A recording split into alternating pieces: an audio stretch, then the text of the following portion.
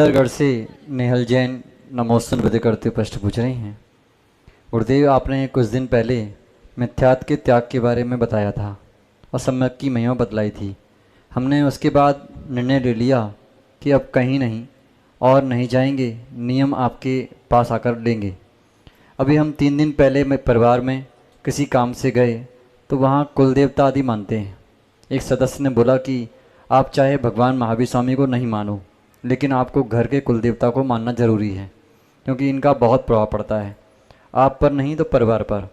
हमने उनको थोड़ा समझाया, लेकिन आखिरी में उनके नहीं समझने पर बोला कि गुरुजी के पास चले जाएं, और हमने वहाँ सिर नहीं झुकाया। ऐसी परिस्थिति में बार बार आती हैं, कृपया समाधान करें कि क्या करना चाहिए। देखिए, अपने नियम का पालन करने के लिए हमें दूसरे से विवाद करने की कोई आवश्यकता नहीं है।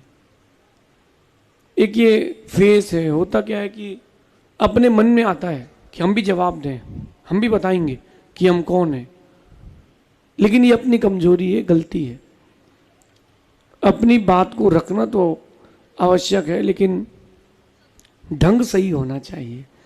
अगर कोई आपसे फोर्स कर रहा है कि तुमको करना ही पड़ेगा, नमस्कार करना पड़ेगा, आना ही पड़ेगा, जाना ही पड़ेगा, तो उनसे बहस ना करके आप मौन हो जाए। मौन हो जाएंगे तो व्यक्ति बोलना बंद कर देगा। रही बात प्रभाव की, तो जो जिनेंद्र भगवान का भक्त है उसके सामने सबके प्रभाव ढीले पड़ जाते हैं। जिसके पास सच्ची श्रद्धा है, ये दुख दर्द बाकी कुछ काम नहीं करेंगे। उदय में तो कर्म आएगा ही आएगा। भगवान ऋषभ देव के ऊपर भी आया है कर्म को उदय, तो भगवान पारसनाथ पर भी आया, कर्मोदय तो आएगा, इसमें कोई बात नहीं है। लेकिन वो उसका तापमान कम हो जाएगा। छत से गिरना था तो कांच से टकरा जाएगा, कर्मोदय इतना कम हो जाएगा। तो ये बात अपन समझे। अगर कोई फोर्स भी करे तो कोई बात नहीं, आप तो दृढ़ रहें। अगर कोई कुदेव आदि है और विंतर आदि वो आपसे रुष्ट भी हो जाए तो भी कोई बात नहीं। भगवान पारसनाथ को ही परेशान किया, वो भगवान बन गए, तुमको करेगा, तुम भी भगवान बन जाओ, क्यों चिंता करते हो।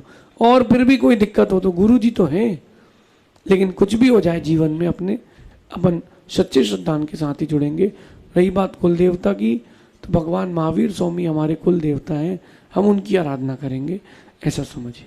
जयपुर से अनन्या जैन नमोस्तन विधि करते हुए प्रश्न पूछ रहे हैं। आपने एक बार बताया था कि सब कुछ निश्चित होता है, जन्म से लेकर मरण तक। अगर कोई व्यक्ति अपने मन में अपने जीवन को समाप्त कर दे अथवा आत्महत्या कर लेता है, तो उसका ऐसा करना भी निश्चित होता है क्या? और ऐसा करने से कितना पाप लगेगा? कृपया समाधान करें। देखिए, विषय बड़ा गंभीर है और इसको जीवन में नहीं उतारा तो मिथ्यात्व में चले जाएंगे। एक होता है नियतवाद, एक होता है अनियतवाद, एक होता है नित्यवाद। सम्यक नियतवाद को अपन समझते हैं, जब जब जो होना है तब तब सो होगा। आप जानते नहीं हो इसलिए संकल्प विकल्प में हो, भगवान जानते हैं इसलिए कोई संकल्प विकल्प नहीं है। कल क्या होगा, आज क्या होगा, आज शाम को क्या होगा, कल सुबह क्या होगा, रात्रि कैसी निकलेगी, ये अपन नहीं जानते, इसलिए संकल्प विकल्प होता है। अगर किसी जीव के जीवन में नियोग में आत्महत्या लिखी तो वो करेगा, लेकिन अपन उस आने वाले कल को जानते नहीं है, इसलिए हमें पुरुषार्थ बंद नहीं करना। इसलिए आपको सिर्फ पुरुषार्थ तो करना चाहिए, लेकिन होगा वही जो होना है। कई बार मैंने देखा व्यक्ति यहाँ से विदेश गया और विदेश गया और वहीं जाकर के उस दिन उतरा फ्लाइट से, वहीं एक्सीडेंट हो गया और वहीं उसकी डेथ हो गई। एक दिन पहले यहाँ 1500, 2000, 3000 मील दूर था और 24 घंटे में 3000 मील पहुंच गया, जो उसका नियोग था।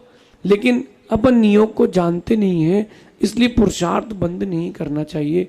कभी ऐसा मत करना कि ऐसे ही होना था, आप जानते नहीं है इसलिए पुरुषार्थ करें, बाकी होना वही है। क्योंकि सारे तरफ की सारी पर्याय नियत है, ये सम्यक नियतवाद है। इसकी चर्चा भगवान उमा स्वामी महाराज ने तत्वार्थ सूत्र में जी भी की है, और कार्तिकेय स्वामी ने कार्तिकेय अनुप्रेक्षम में भी इसका बहुत विस्तृत रूप से व्याख्यान किया है, ऐसा समझिए।